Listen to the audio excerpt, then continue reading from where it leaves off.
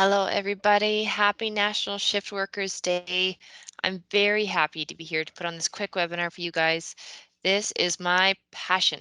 Shift work is near and dear to my heart. We live it every day in our house, so I totally get it.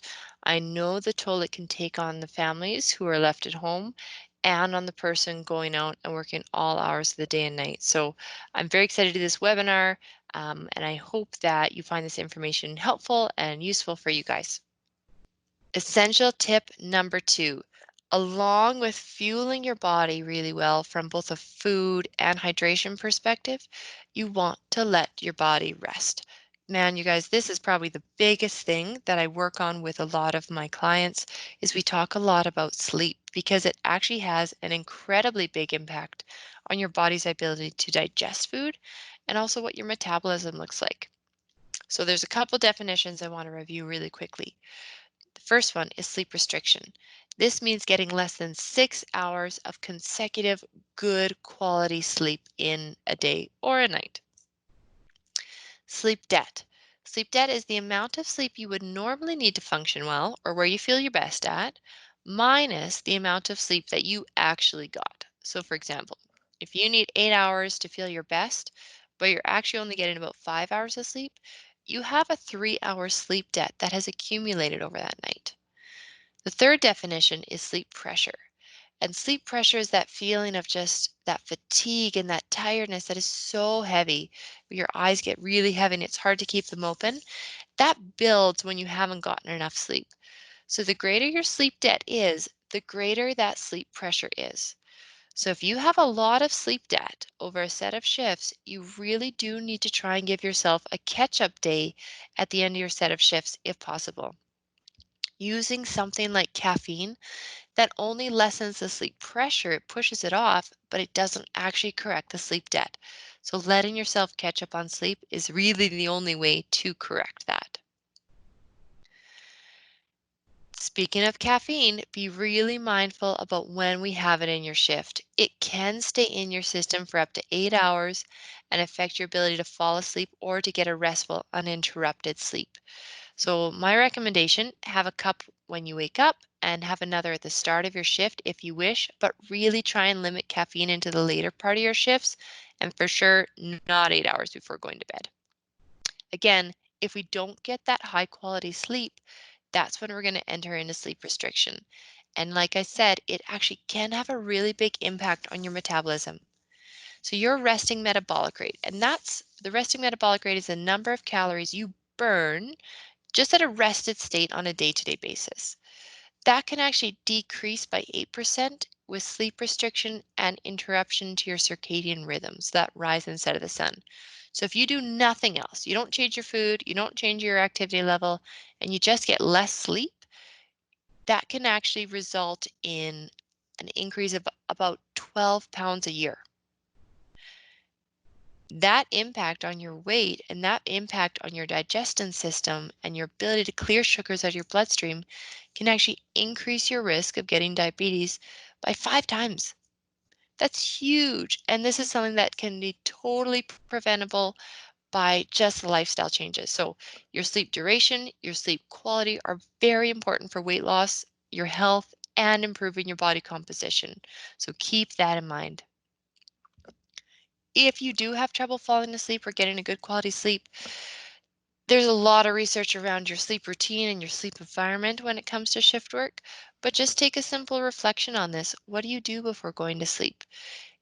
Any exposure to light, either from the natural source from the sun or from a screen, can suppress the production of melatonin, which is that hormone that makes you feel sleepy. So be really aware, just something to really kind of keep in mind. All right, tip number 3, we're moving along here. Move your body. There's a ton of research on the effects of exercise and your mental health, and also just our ability to control our blood sugar levels. Exercise will release endorphins in your brain to help you feel satisfied and increase your joy. And thankfully, it does not actually have to be much, which is great because we really can't go anywhere right now to do anything crazy. So it's helpful that we can just go for a walk, we can go for a jog, we can go for a bike, and those simple things can really help with those benefits. When it comes to your shifts, be mindful about when you choose to work out. A good time is right when you wake up, or at the start of your shift, or even in the middle of your shift. If you can, try to avoid intense workouts 2 to 3 hours before sleep. If you do some exercise, try and make it something relaxing like yoga or stretching or something like that. If you work out intensely right before bed, it can delay your melatonin production to be pushed back later in the day. So we just want to be really mindful of that. Again, sleep is kind of that overarching goal that we really are trying to be careful about. Tip number 4, check in with your stress. How are you doing in this area? Is it off the charts? Is it really low? It's really important to know this and to know where your stress level is at and how it's changed, because short-term stress can really quickly turn to long-term stress, which affects our hormones, our coping mechanisms, and ultimately our decision making. Hence the dessert joke here. And if you didn't realize it, now you know that stressed is actually dessert spelled backwards. And it is interesting because stress causes us to crave more sugar, salt, and fat. And the research that's coming out right now about our eating habits is really interesting. We are all turning to more comfort foods. So personally, I have not seen a shortage of broccoli in the grocery store, but man, good luck getting flour and yeast. So know this about yourself. We are all looking for the most instant gratification for the least amount of effort. So if we're aware of our stress levels, then we can actually do something about it. What I want you to think about is, what does stress actually feel like for you when it starts to come on? Does your jaw get tight? Does your hands get sweaty? Does your chest feel tight? If you know what it feels like, you can be aware of it and you can start to shut down that stress response right away. If you feel it come on, know what it does. Know how you can shut it down. So practicing gratitude is a really, really good one. Say out loud what you're grateful for. Take a few big breaths. Go for a walk if possible. But your brain cannot stay in a state of stress and anxiety and peace and joy at the same time. That means that you need to kind of pick one or the other. And I totally appreciate that stress maybe isn't coming from work right now, but it potentially is coming from a home environment.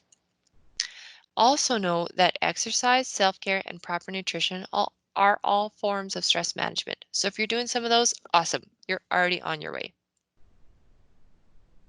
Last tip, self-care. You might be sick of hearing this word, but in your current life over the past 2 months, if things have just gotten completely sidetracked, this might feel so far from possible about putting in more self-care for yourself. If you do find yourself with more time right now than you originally had, it can feel tempting to do nothing. We can feel unmotivated, we can feel a lack of purpose, and we can feel understimulated. That's still a really important time to practice self-care. If you have less time now than you did before, this is going to feel really challenging. I encourage you to look for win-win scenarios. So something that benefits both you and your kids, or both you and your boss, or you and your spouse. This doesn't need to be much. We're just trying to fill the tank a little bit so that you can turn around and pour out again. I recently touched base with one of my clients who works as a nurse in the ICU, and what she said to me was so impactful to me. I was just checking in saying, "Hey, how are you doing?" And she said, "You know what? I've been working really hard on some of the strategies we talked about. And I know for myself, to perform good, I have to feel good. And there's so many challenges going on right now. It really is okay to ask yourself, how am I doing really? Do I feel good? If I don't, can I change it?" This is the formula for success that we use with our clients, and we use it with a lot of athletes. And essentially, what we're looking at is your foundation of nutrition and rest. If those two components are there, you will be able to perform at your optimal level. If one of those components is missing, you're not going to be able to perform as you should. So, this is a really important concept just to keep in mind when it comes to all of these things that we've just talked about. These are top 5 essential tips for you guys. Fuel your body properly, move your body, get good quality exercise at the right time. Make your rest, make your sleep a priority. Get at least 6 hours of uninterrupted consecutive sleep to minimize that sleep restriction. Know your stress, shut it down as soon as you possibly can, and as much as we can, put in a little bit of that self-care. Your life, again, might have been turned upside down, where now it involves homeschooling, and now it involves extra childcare, and now it involves things that you never thought would be part of your daily routine. And with everything else you're doing, we want to say thank you. We see you. We maybe don't know what you go through on a daily or a nightly basis, but we get it and we want to appreciate that. So if you do need a little bit extra help, we're here for that. Follow us on our social media. Check in with us. If you want to work with one of our dietitians or a psychologist, we are more than happy to help and provide that information for you guys. We do have a ton of extra information out on our webinars. Check out our Facebook link for more details. We've got stuff from our psychologists, our chef, dietitians, and even from some physiotherapists. So there's a ton of information here to support you guys. And again, we're just so thankful for all that you do. So thanks for listening. Thanks for being a part of it. And I'm excited to hopefully hear from some of you soon.